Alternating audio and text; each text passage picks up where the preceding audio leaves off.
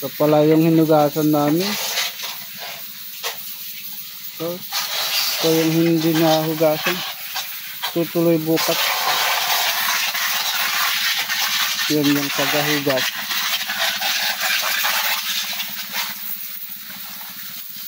So, ganito. Tanggalin yung putik. Kasi nakabara sa daanan.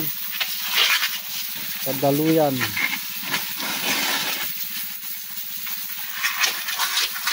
Ito naman yung hindi pa nahugasan. Saka itong nakasapo.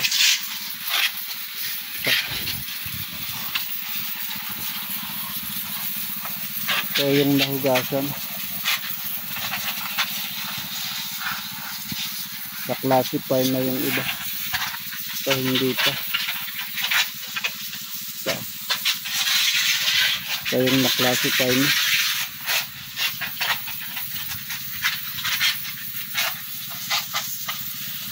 So. Tuloy bukas pag pag walang ilan. So. Sakaling matanggal yung tubig niya. Nakabuhos naman.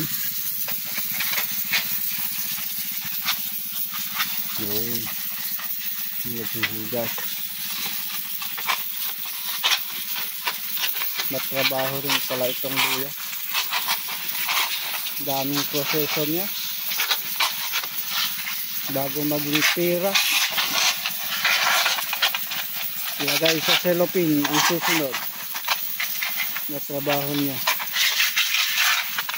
Mag-pack ng luya sa cellophane. So, sige, at mahaba na itong video ko.